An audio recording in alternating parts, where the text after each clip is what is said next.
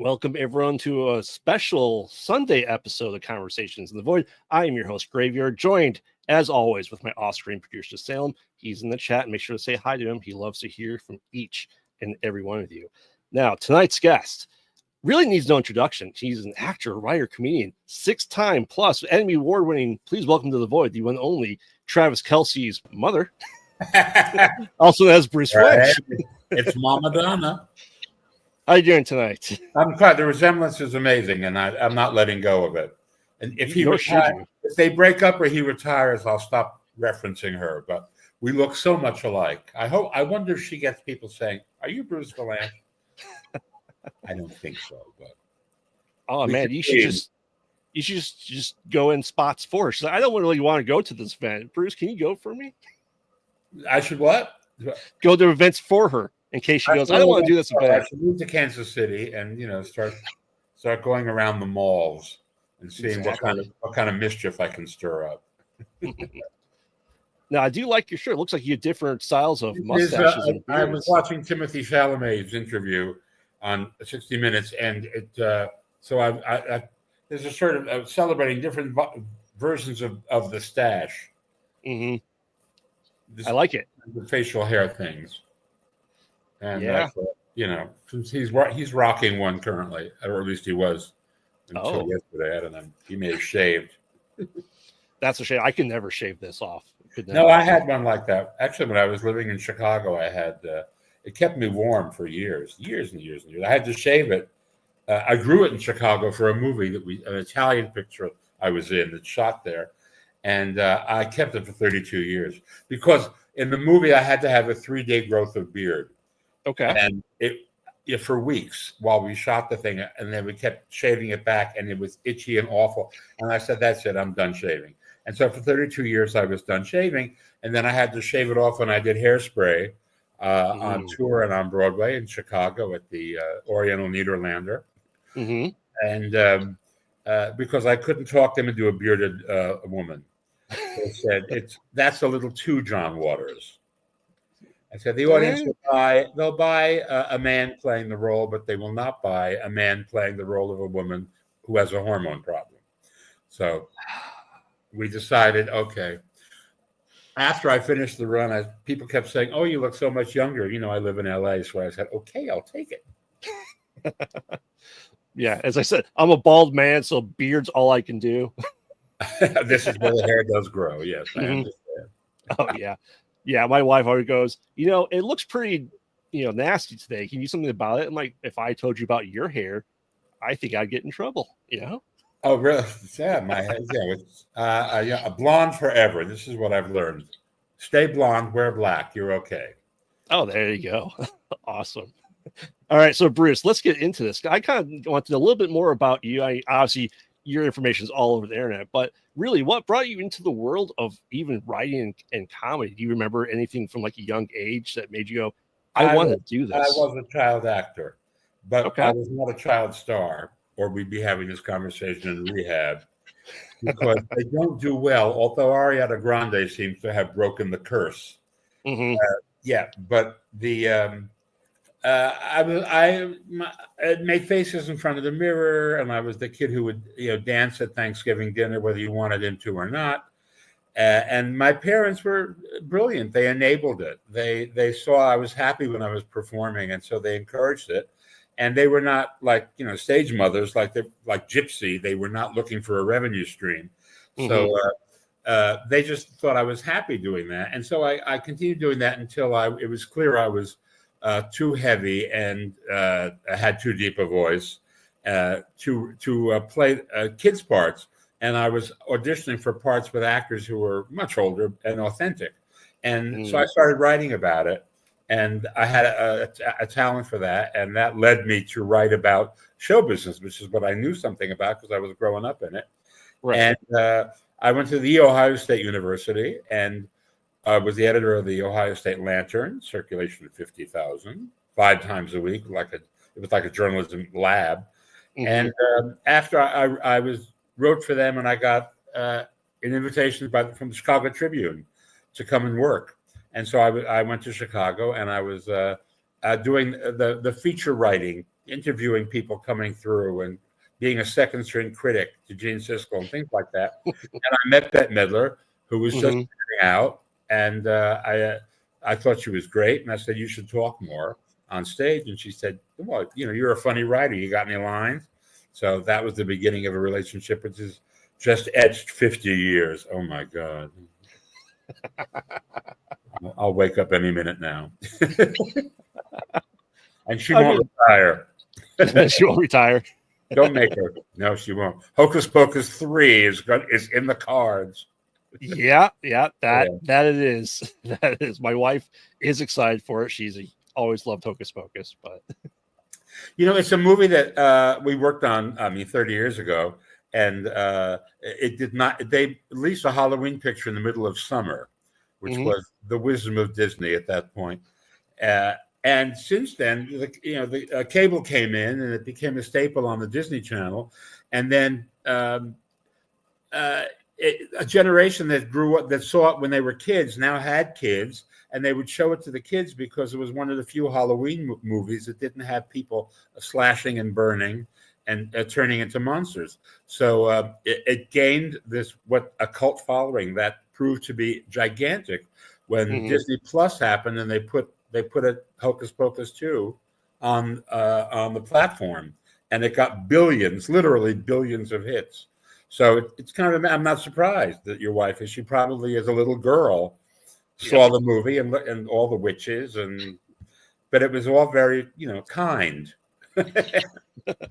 Yes. I mean, I do. I agree. My kids do enjoy the Hocus Pocus movies, and we always have the discussion with my wife because we do another show that reviews horror movies, and my kids are the age that we were when we were watching, like Screamed had just come out and the Halloweens and stuff like that, and we're going, do we let them watch it or do they stick with Hocus Pocus? No. I'm on the mindset that they're old enough to watch the slashers, the Freddys, the Jasons, all that stuff, but. Well, Bette actually made the movie for that reason. She had a daughter, and she said, there isn't a movie I can show her that I was in that, I'm proud of them, but I can't show them to her. So I've got to make a movie she can see. And that was how it actually happened for her. And she was a big star at Disney at the time, and they thought, well, this is a good idea. Have her play, this ridiculous witch that we based on Alistair Sim in a British comedy from years before. And she still has the teeth. Wow. Puts in those buck teeth just to scare trick-or-treaters, I think. That'd be funny. I'd love to do something like that. It's just like, we love Halloween in our house, but it's amazing. And I know you wrote the Paul Lynde Halloween Special. There you go. Something else that kids can watch. Also, when they kisses on, that was the big attraction of that show. But it's it was hard. I wrote for Paul. I have a book that because of podcasts like this, people brought up those shows that nobody had seen since the 70s, except they found them on YouTube. Right. And they asked me, how did this happen? Who said yes to this? How have they paid their debt to society? And so I realized I had a collection of these fabulous catastrophes that people had discovered later. And so I wrote a book. It's called It Seemed Like a Bad Idea at the Time, which is now on pre-order at Amazon and actually drops on March 4th at a bookstore near you, if there is still a bookstore near you. And the Paul Lynde Halloween Special is one of them. It was an unbelievable concoction, but it was the kind of thing that happened all the time in the 70s, partially because a lot of us were, slightly half-baked the whole time. That people who say that they remember the 70s were not there. I'm one of the few who can actually recall inglorious moments like the Paul Lynde Halloween Special. But so it was a crazy idea, but it was a period of just crazy ideas, and many of them chemically fueled. But Kiss was the big draw for a huge segment of the audience, which is why it was a big rating success. But we loaded it up with network. Betty White was on it, and Florence Henderson was on it, and Tim Conway, and Margaret Hamilton as the Wicked Witch of the West. Yeah. Billy Hayes as Richie Poo from the Sid and Marty Krofft Saturday morning shows. We had quite a retinue. Yeah. Well, I mean, it kind of shows your writing chops too and comic chops, so you're able to go into that genre of Halloween. So, I mean, in your opinion, I know you've written for 40 plus years now. Yeah. I would say what you write now is probably would you say more or less censored than it was in the 70s and stuff like that? Well, now comedy is a minefield because we're sort of coming out of a woke era. I mean, there's been so much pushback. But there's been a great deal of sensitivity, and I understand it because I'm a member of several minority groups myself. And when they come after you, you don't like it, especially if it's mean-spirited.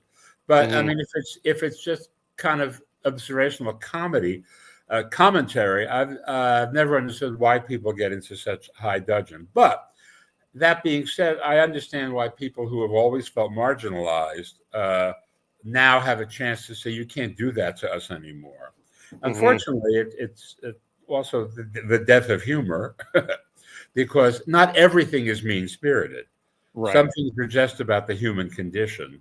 And so I think that the overreaction to all of that is kind of softening a little bit. But, it's still much harder than it was. Back in the day, the only thing you had to worry about, at least on television, was you were going to upset the guy who made Kraft cheese, because he didn't want to be associated with you, or because he thought he was selling a wholesome product, and he didn't want to be involved with anybody who was doing anything less than wholesome. But you could live with that because we all lived outside the corporate. I mean, that was corporate America, and they often adjusted, and also corporate America changed. It got way hipper, with tech and all of that. So, but at the same time, a lot of people rose in anger, and you just didn't want them to rise in anger in your face, right. You wrote for some variety shows that especially like the Brady Bunch that had the wholesome family feel. So I mean, were there ever jokes that you wrote that would just go, whoa, we cannot? Do constantly, that? The standard always was, if you had producers who were brave, they would say, well, if they don't get it, it'll go right over their heads. The ones who get it will laugh, but. There was always concern. I mean, because we knew we weren't pretending to be selling anything hip. I mean, there were hip elements on the show. Rip Taylor on the Brady Bunch Variety Hour and Ann B. Davis. They were adults, and so we could get away with some stuff with them. But variety television as a whole kind of disappeared because cable came in, and you didn't have to watch a show at 8:00 on a Friday to see a certain performer. You could catch them all the time. And SNL was, killed everything because it was on 11:30 on Saturday night, 10:30 Central. So they could get away with a ton of stuff that we couldn't get away with in prime time. And by the time I got to Hollywood, the attrition was almost complete. I mean, it sort of died away. The last one of those variety shows was Barbara Mandrell and the Mandrell sisters, around 78, something like that. And then it kind of went away. Now it's resurfaced, but it's all competition shows, So you think you can yodel, those kinds of shows. So because we love competition, America loves competition, and it's an excuse for variety. I mean, The Masked Singer is a competition, but it's an excuse for people to get out there in ridiculous outfits and stage their own private spectacle. Everybody is seeing. So that has changed, but the sensitivities are all kind of still there. But there's nothing like it was. I mean, on Donnie and Marie, the Mormon Church ruled. I mean, everything was cleared with the elders in Salt Lake City. Really? Yeah, absolutely. And you couldn't have on the Donnie and Marie show. Nobody took a coffee break because Mormons don't drink anything caffeinated, and so. you couldn't put that in a dialogue in the sketch. We're taking no, that was not allowed. And there was a list of things like that you just couldn't mention because the Mormons wouldn't have it. Right. Now, did you find writing for that harder then? Because Yeah, of that of course. list? Because it was harder. It became second nature because you knew what you were getting into. At the beginning, it was like, what? I can't do what? But between that and the network censors, which were mostly they were mostly about corporate things. I mean, for example, nobody could get into a jacuzzi because that's a brand name. And or you couldn't Xerox something. Right. You had to photocopy, or let's get to the hot tub, or you couldn't, things that were common figures of speech you couldn't use because they were copywritten. They were trademarked, which is the same, but the network just didn't want to do it because one of the sponsors may have been a competitor. And there was actually a person who was in charge of making sure that none of that slipped through. And so sometimes, but you could play around with them. I mean, but the Mormons were more censorious than the network. I remember I brought a song for Marie to sing called "Coming from the Rain" that had just been written by two friends of mine, Melissa Manchester and Carol Barris-Sager, and she loved it. We were trying. She was turning 18, and we were trying to make her more adult. Right. And this was a song about a relationship that ended, and she wanted him to come back. Yeah. And she said, "Oh, well, this is about divorce, and we don't believe in it." I said, "It doesn't talk about divorce. It's they broke up for whatever." "Oh no, she can't possibly sing that." And I kind of I gave up. And so instead of that, I said, I'm bringing in a song by Elton John, and I think you'll like that. And that was "Don't Let the Sun Go Down on Me." That they loved. Oh, we love Elton John. And she's out there and she's singing, "Don't let the sun go down on me." And the network censors looks at me and says, "I see what you did here." I mean, you got to get those little jabs in there, right? Yeah, right. Just tiny victories. Exactly. No, I mean, you also wrote a lot of stuff for comedians, and do you have more freedom with what you're writing for the comedians than sure, yeah. I mean, yeah, because a comedian, a performer does too, but a comedian has a certain style that's established. So, I mean, you're writing to that persona that they have worked on, and it's kind of like I admire novelists and playwrights, both of which I have aspired to be and have made stabs at, but they have to come up with the characters whole cloth. I get to write to people like Bob Mackie gets to design a dress, right? And he's not going to put Cher in the same dress he designed for Lizzo. They are two different body types. So, but he has his own style, and he applies that to them. And I do the same thing. I mean, you're writing about the same sort of human situations, but you're writing in someone's different style. So you have to do your homework. I mean, there's nothing terribly comic about it. You just have to pay attention to who they are and what they say, and what makes sense for them to talk about. Right. And the more famous they get, the farther away they get from the core stuff. And sometimes life interrupts them. I mean, Joan Rivers for years did jokes about her husband and how she couldn't get laid, and how she and how ugly she was, and how this and how that. And then he committed suicide because he was in a depression.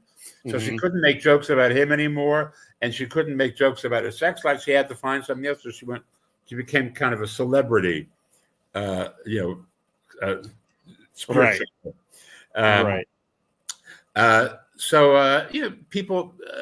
People change as they get older and do different things. What I loved about George Carlin was he was always commenting on whatever was happening now. Right. I mean, he would, and it was all stuff everybody was familiar with. The difference between football and baseball, which is a brilliant thing. All that kind of stuff that he would kind of attack, and the really good ones found something in their life that they could do. So many comedians, when they have kids, begin doing things about their children. Right. Like this has never happened to any other person before. Yeah, I get that. So I mean, you talk about having to do your homework. Obviously, you have to work with the comedian and stuff like that. Do you ever have written jokes for comedians to go, this really is my style, and then kind of just give it to someone else that might tweak it and make it their own? Very good question. I don't think I have. I may have, and have forgotten about it. Somebody may have said, this is not for me, and I filed it away and tried it on somebody else. But usually, if I think it's not for them, it's like I didn't do it well, or they just, didn't dig it. But it's not in anybody else's style. Mm-hmm. It's not just something you can fling at somebody else and say, oh yeah, they'll do it. I mean, I flatter myself thinking that that's the case. Who knows if it really is? Yeah, it's interesting is, I had Larry Hankin on the show last year, and he wrote for comedians as well. And it's interesting that I don't think a lot of people realize that comedians didn't write their own stuff.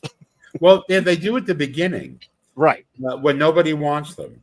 Mm-hmm. They have a lot of time to sit around and write, and then they have a lot of time to get up on stage and embroider what they've written. And then they hit and they become famous, and suddenly they are sucked into what Joni Mitchell called the star-making machinery.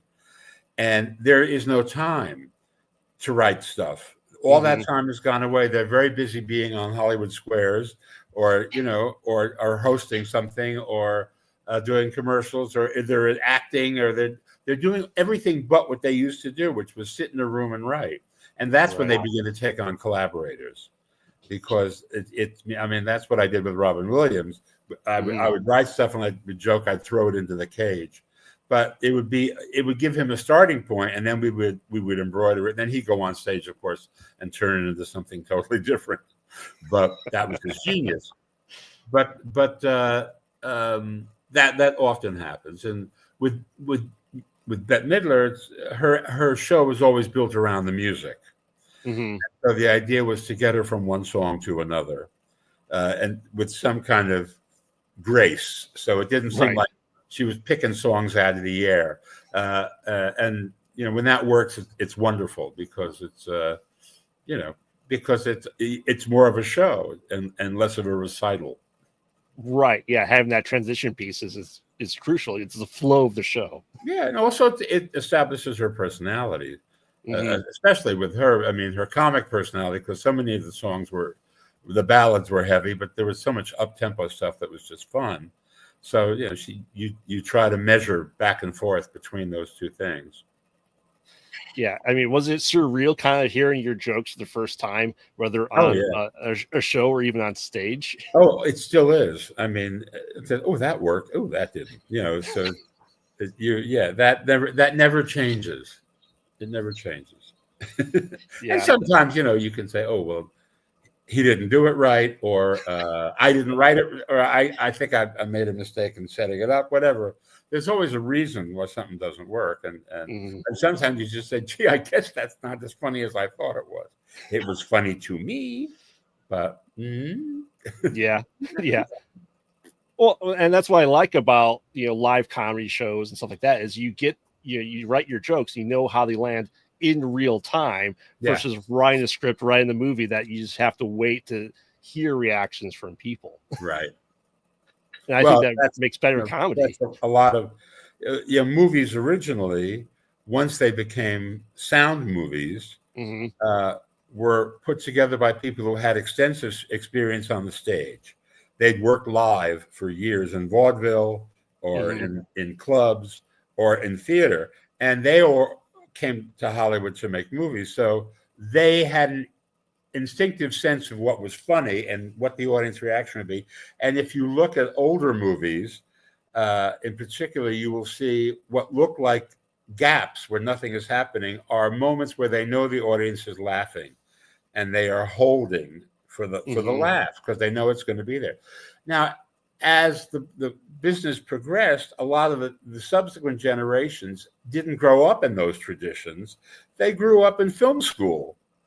And so they have no notion of what it's like to work with a live audience.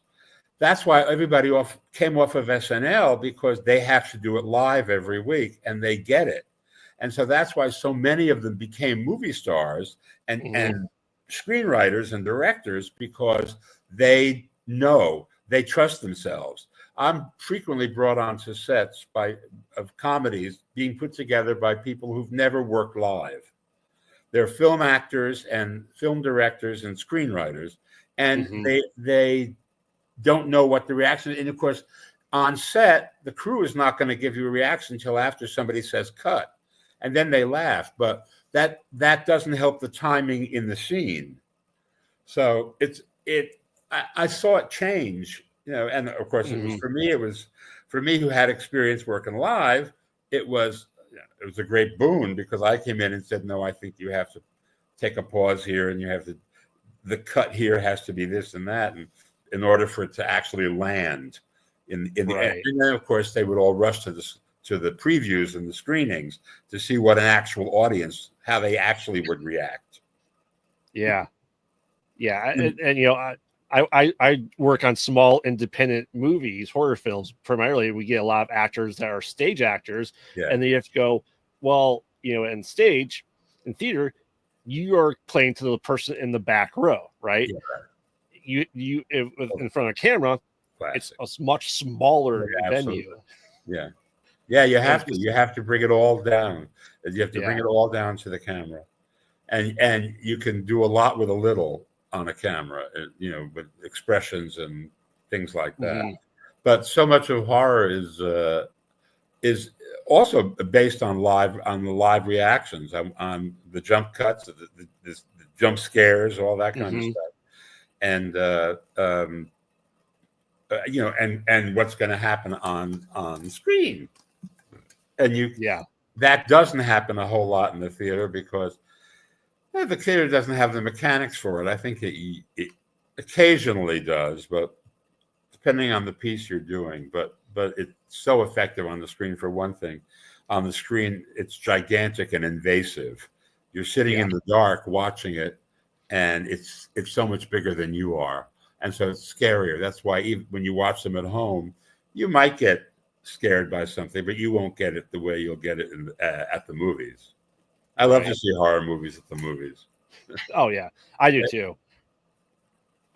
And I think I talked to other people before, and this is why I think you really nail it on the head, why comedy translates into horror, why comedians can do horror movies, is because that setup is the same. The punchline is the jump scare, that's being there. And it's just amazing that you can see people doing comedy go into horror, and it works perfectly. It's true. It is so true. It's just I love it. This is why I like talking to people like you, Bruce, and doing the show, is because I like to learn everything I can behind the scenes stuff. I like to know how things get made. I like to see the sausage getting made. So I do too. It's the old line: everybody likes steak, nobody wants to see how they kill the cow. Right.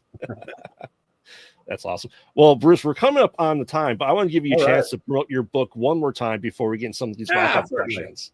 It's called "It Seemed Like a Bad Idea at the Time: How I Wrote the Worst TV Specials in History and Lived," and a few other things. And it's on Amazon pre-order right now, and there'll be an audiobook, and those will both drop on March 4th. Now, are you doing the audio book yourself? I have done it. I just finished the pickup the other day. Yeah, it was fun. It was fun, and I had to stop myself from laughing at some things because I forgot. Gee, that is funny. That's good though. I mean, if you're laughing at you're right. You're doing it right. Oh, yeah. Well, I also get to read do Paul Lynde.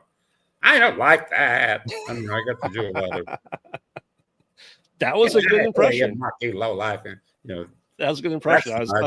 It's not like Barbara Streisand's book with 48 hours on audio, and she does asides. It's 1,000 pages, but it's not like that. But it's I got to do a little acting while I was in it. Perfect. Yeah. All right. right, so Bruce, we have a couple rapid questions we ask every guest. This is a question that we always ask everyone, and I like to hear your opinion. It's easy question: practical or CGI? What's the first? What are my choices? Practical Practical or CGI? Well, if it's porn, practical. If it's anything but porn, CGI, because CGI porn is like, it's too fantastical. So anything that the general public will see, I mean, if you can do it with CGI, I mean, there's so much more you can do depending on the genre you're working in. I mean, I don't know that a little comedy would benefit from it unless you have some kind of a sight gag. But those sight gags only work if they make sense, if they could really happen. And when CGI comes in, you're looking at something which could only happen in the ether. It couldn't happen on planet Earth. So, right.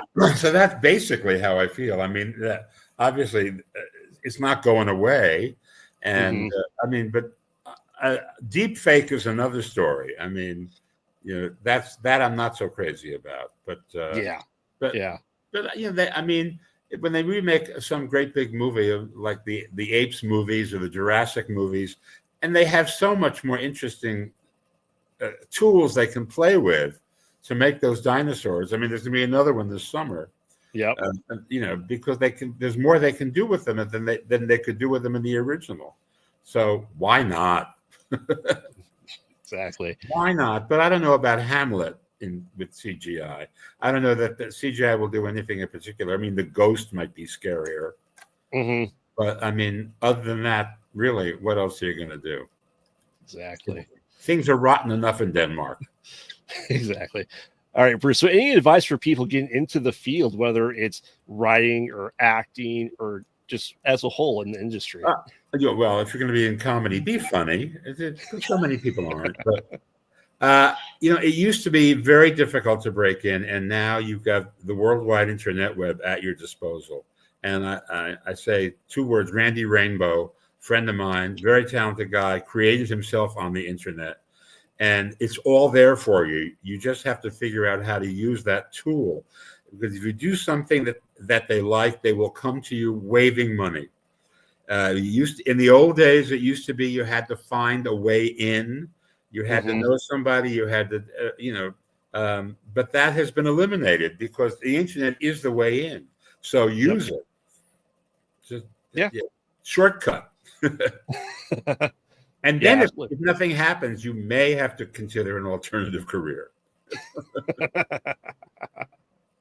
Awesome, Bruce. So where can people find you and follow you? What are your social media handles? I'm on Facebook, but to find me, you can go to wegotbruce.com, which a fan runs, and I look up it every day to see what I'm up to because he knows more than I do.